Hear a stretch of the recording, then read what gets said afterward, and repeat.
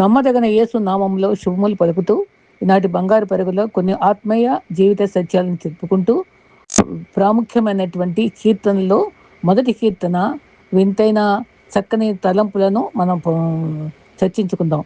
అయితే మనం ప్రభు చిత్తంలో మనం తెలుసుకున్నటువంటి ఆత్మీయ జీవిత సత్యాలని మనం ధ్యానిస్తే మరికొంత మెళుకువలు మనకు దేవుడు మనకిస్తాడు. అది మనం సరైన పద్ధతిలో మనం తీసుకోగలిగితే అది నిజముగానే మంచి విలువైనటువంటి తలంపుల్ని మనకు హృదయాల్లో చేర్చుకోగలం. ఈ టైంలో మరి నేను ఆరంభిస్తూ మార్పు అంటే ఏంటి? మతం మారటం కాదు, కులం మారటం కాదు, సంఘాలు మారటం కాదు, మనుషులు మారాలి. అంటే యేసుక్రీస్తు రక్షకుడిని విశ్వసించి అపవిత్ర క్రియలు అనగా పాపములన్నీ పశ్చాత్తాపంతో ఒప్పుకొని వాటి వైపు మరలక తిరగక క్రీస్తు వైపు చూస్తూ మాదిరి కలిగి పరిశుద్ధంగా జీవించడం అదే మార్మన్స్ కదా. యేసుక్రీస్తు పూర్తిగా లోబడిన వారి జీవితానికి భయము, నష్టము, చింత ఉండవు అని పండిత రమాబాయి చెప్పారు. తర్వాత మోకాళ్ళ మీద గంటల తరబడి ప్రార్థించేవారు మరి ఒంటి మోకాళ్ళ ప్రార్థన వీరుడని మరి ఒక భక్తునికి పేరుంది.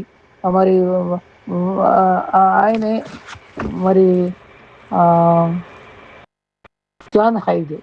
మరి భక్త్ సింగ్ గారు ఒక మాట అన్నారు, ఆయన గంటల తరపున మోకాళ్ళపై ప్రార్థించేవారు, రాత్రులు నిద్రలేక ప్రార్థించిన సంఘటనలు ఎన్నో ఉన్నాయి. భక్త్ సింగ్ అంటే ప్రార్థన అన్నారు కొందరు. మోకాళ్ళ జీవితం అధికంగా ఉన్న ప్రార్థనా వీరుడు భక్త్ సింగ్ గారు. ఆ తర్వాత వాజ్పేయిని అన్నారు, ప్రార్థనలో దేవుని సహాయం కొరకు వేడుకునేవారు, సమస్యను పట్టుదలతో కూడిన ప్రార్థనతో దేవుని హస్తాలకు అప్పచెప్పేవారు. బిల్లీ గ్రహాం గారు అన్నారు, మరి మరి రహస్యం ఏమంటే ప్రార్థన రహస్యం అని అడిగితే ప్రార్థన ప్రార్థన ప్రార్థన 3 సార్లు అదే మాట చెప్పారు. కష్టకాలంలో దేవుని ప్రార్థించు, అభివృద్ధి కలిగినప్పుడు ప్రార్థించు, ఆపదలో ప్రార్థించు, ఆపదలు లేనప్పుడు కూడా ప్రార్థించు అని కూడా ఆయన అన్నారు. మరి దేవుని యొక్క కృపలో మరి ఎంతోమంది భక్తులు యొక్క జీవితాలు మనకు స్ఫూర్తినిస్తూనే ఉంటాయి. మరి వాక్యం నెమ్మది ఇస్తుంది, వాక్యం ధైర్యం ఇస్తుంది, ఆత్మ బలం ఇస్తుంది, బ్రతకడం నేర్పిస్తుంది, పాపం చేయకుండా అడ్డుపడుతుంది. మరి లోకంలో ఉన్న ప్రేమ ఎలా ఉంటుంది? కొంత సమయము వరకు నువ్వు లేకపోతే నేను లేనంటారు, ఆ తర్వాత నువ్వు ఉంటే ఎంత పోతే ఎంత అని నిర్లక్ష్యంగా మాట్లాడతారు. కానీ దేవుని ప్రేమ శాశ్వత ప్రేమతో నేను ప్రేమిస్తున్నాను, ఇప్పటికైనా దగ్గరరా, 1000 తరాలకు ఆశీర్వాదకరంగా మారుస్తాను అని, సదాకాలం నీతో ఉంటా అని చెప్తారు. మరి ఈ రకంగా మనము ఈ లోకంలో ప్రేమ, దేవుని ప్రేమను మనం తలంచుకుంటూ ప్రభువులో ఉండటానికి మనం ఇష్టపడాలి. మరి ప్రార్థనలో దేవునికి మొరపెట్టాలి, తగ్గింపు మనసుతో మొరపెట్టాలి, విశ్వాసంతో మొరపెట్టాలి. మీరు అడిగిన వరకే అడిగిన దొరికే వరకు కూడా మొరపెట్టాలి. మరి లోకము తన కోసం జీవించడమే కాదు, దేవుని కొరకు జీవించడం మనం ఆశ కలిగి ఉండాలి. బైబిలు పరిశుద్ధ గ్రంథము ఈ లోకంలో ఎలా జీవించాలో నేర్పిస్తుంది, బాధల్లో ధైర్యం ఇస్తుంది, సమస్యలకు మరి పరిష్కారం ఇస్తుంది, జ్ఞానం కలిగిస్తుంది, మరి బలహీనతలో బలం ఇస్తుంది, ఎప్పుడు సత్యమే చెప్తుంది. వాక్యం అంత విలువైంది. అయితే మరి నీవే స్థితిలో ఉన్నా, అది రోగమైన, బలహీనమైన, మరి హీనదిశలో ఉన్నా, కృంగుతల ఉన్నా, మరి ఏదైనా నిన్ను విడిపించేది, లేవనెత్తేది, బాగు చేసేది, బలపరిచేది దేవుని సన్నిధి, దేవుని శక్తి, వాక్య బలమే అని గుర్తుపెట్టుకోవాలి. తెలియకుండా నిన్ను బాధపెట్టి వారిని క్షమించవచ్చు, కానీ నువ్వు బాధపడతావని తెలిసి కూడా నిన్ను బాధపెట్టి వాళ్ళకి నీ మౌనమే సమాధానం ఇవ్వాలి. జీవితం ఒక ప్రయాణం, అందులో ఎన్నో సమస్యలు, ఎన్నో సంతోషాలు, ఎన్నో బాధలు, ఎన్నో పరిచయాలు అన్నీ కలిస్తేనే జీవితం కదా. కొందరిని గెలవాలంటే ముందుండి నడిపించే వాళ్ళకన్నా వెనుక ఉండి ధైర్యాన్ని ఇచ్చేవాళ్ళే చాలా అవసరం. ప్రభువు బైబిల్ మనకు అట్టి బలాన్ని ఇస్తుంది. ఒక మనిషిని నీ ముందు ఎలా ఉంటాడు అన్నది నిజం కాదు, నీవు ఎలా ఉంటావు అన్నది మాత్రమే నిజము.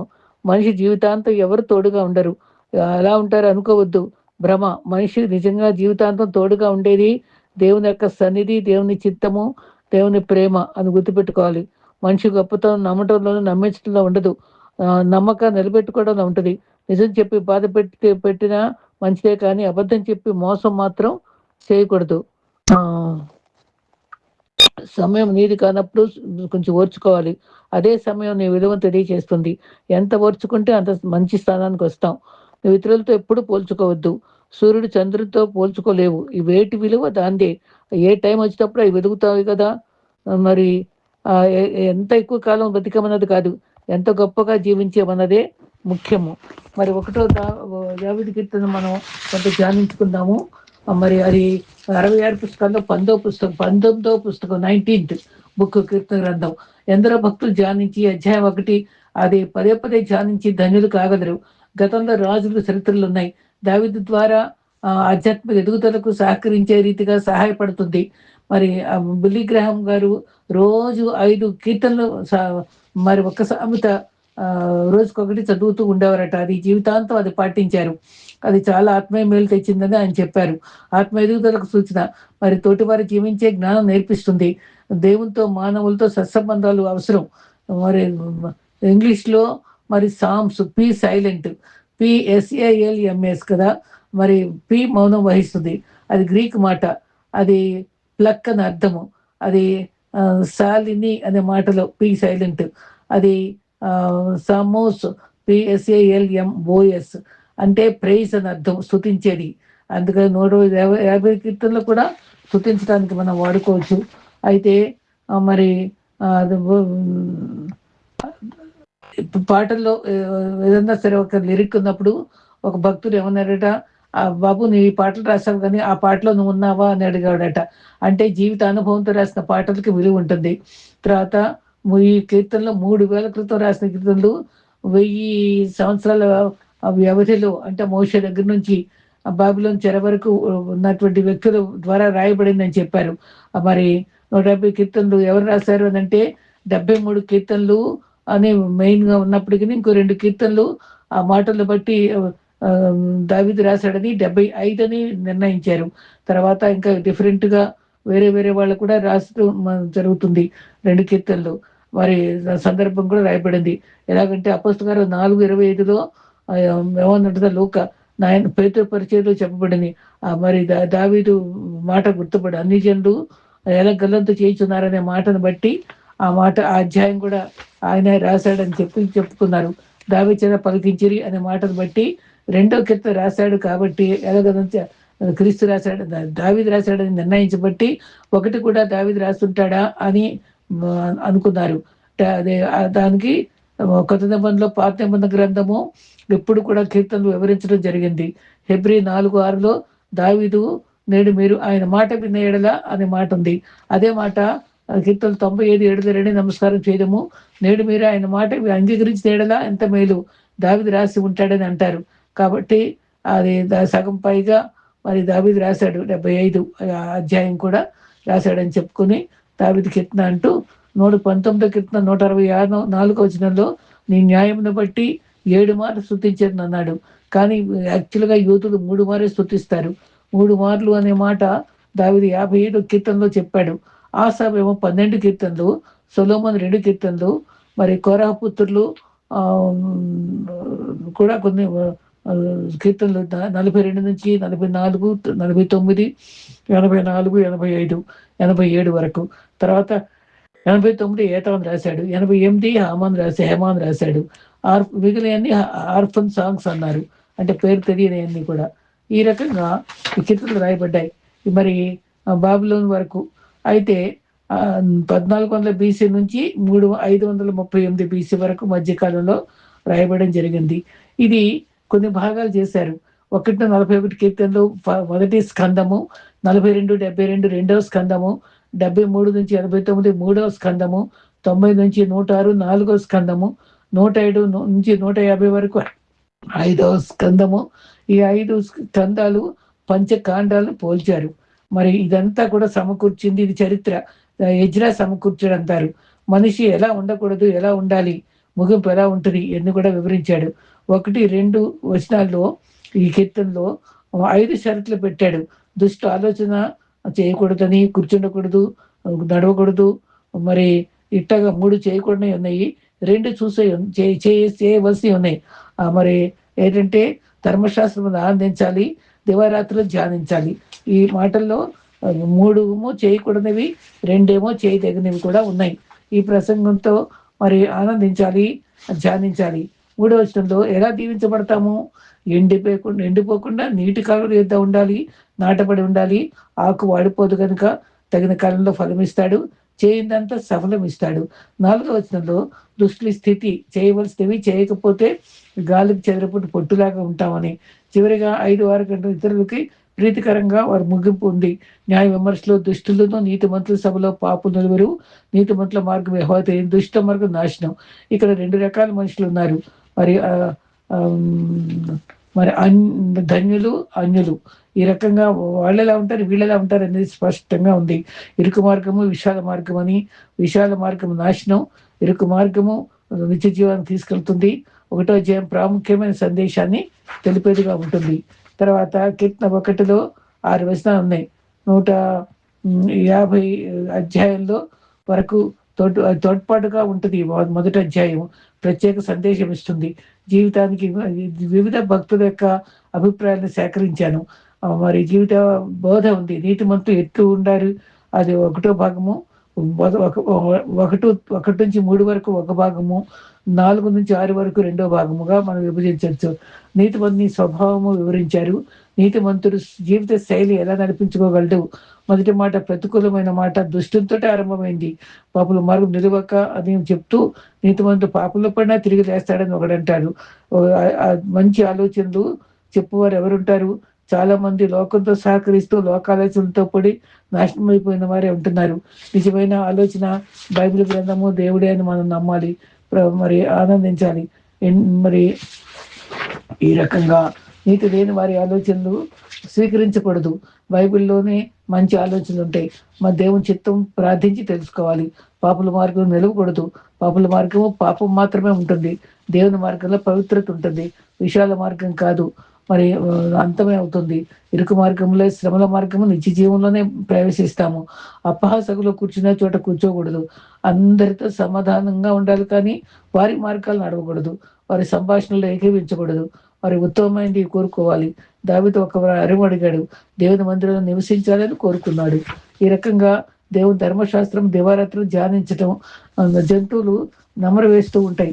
దేవుని యొక్క ఆ వాక్యాన్ని అలా కూడా నమరు వేయడం చాలా అవసరం. ధ్యానించడం, కొత్త కొత్త తలంపులు ఊటలాగా పుట్టుకొస్తాయి.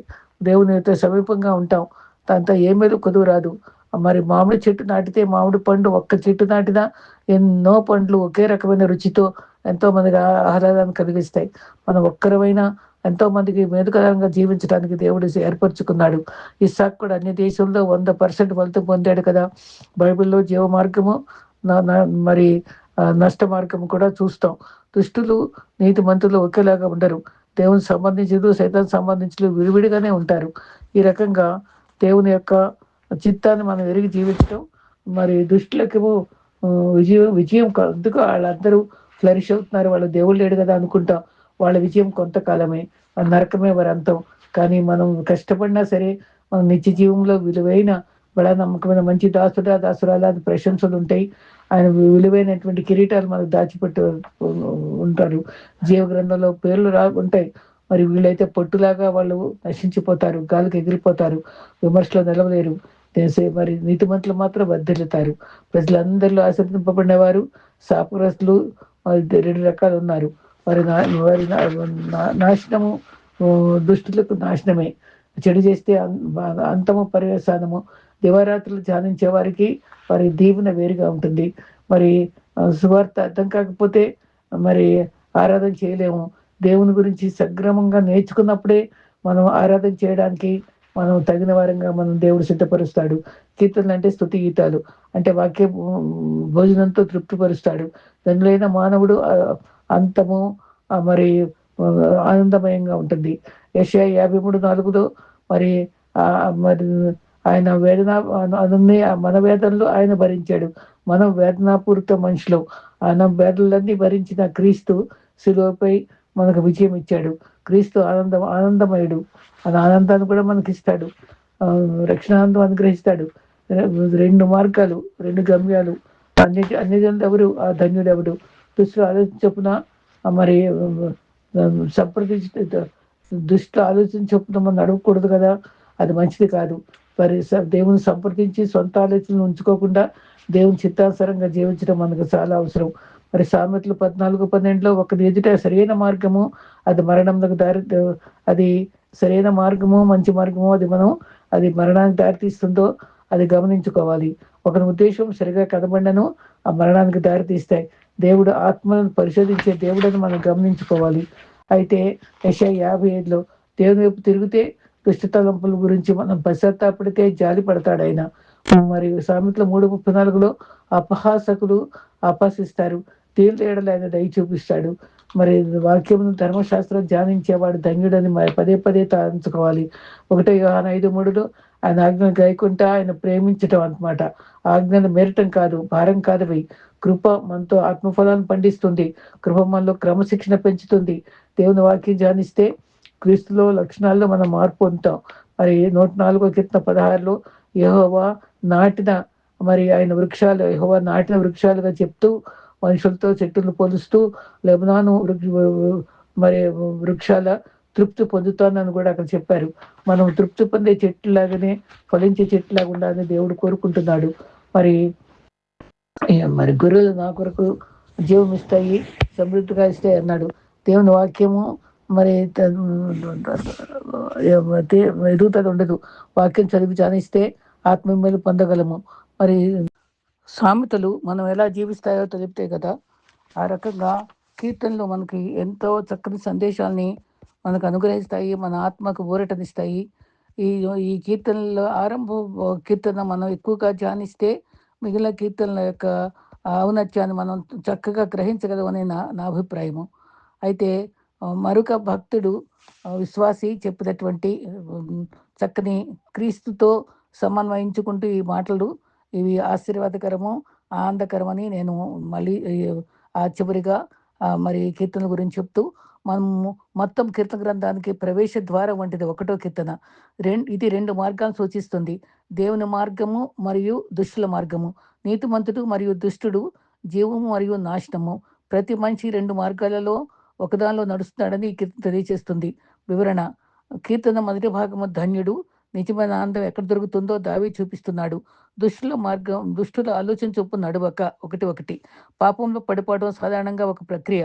మొదటి దుష్టుల సలహా ప్రకారం నడవటం, తర్వాత పాపుల మార్గంలో నిలవటం, తర్వాత అపహాసకులతో కూర్చోవడం. దేవుని మనిషి ఈ ప్రభావాల నుండి దూరంగా ఉంటాడు. అతని ఆనందం దేవునిలోనే ఉంటుంది. దేవుని ధర్మశాస్త్రం అతనికి ఆనందం కలదు. రాత్రింబగళ్ళు దాన్ని ధ్యానిస్తాడు. 1-2.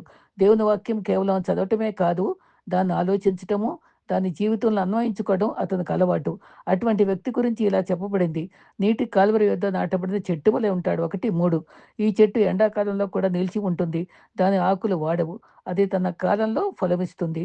దేవుని వాక్యంలో మరి వేర్లు వేసిన జీవితం స్థిరత్వము, ఫలవంతత, మరి ఆత్మీయ ఆరోగ్యాన్ని కలిగి ఉంటుంది. దుష్టులు అలా ఉండరు.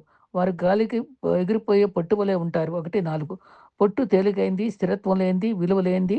దేవునికి దూరంగా జీవించే జీవితం కూడా అలాగే ముగుస్తుంది.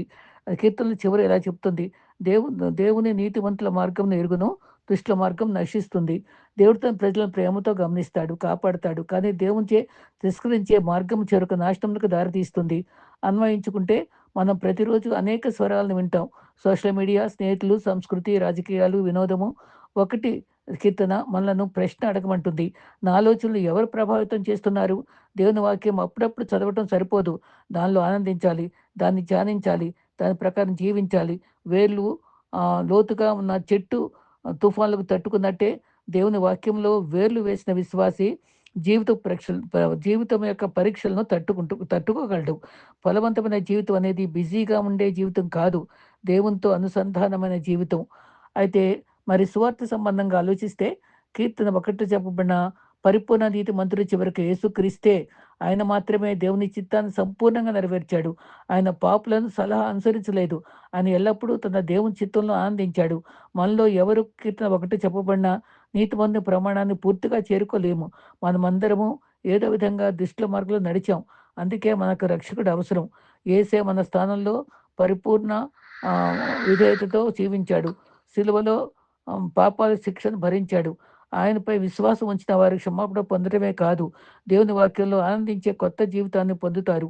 అప్పుడు మనం నీటి కాలువలో నాటబడిన చెట్టు వలె ఫలవంతమైన జీవితాన్ని జీవిస్తాం. ఇటువంటి జీవితం జీవించడానికి ప్రభువు మనల్ని సిద్ధపరచుగాక. ఆమేన్.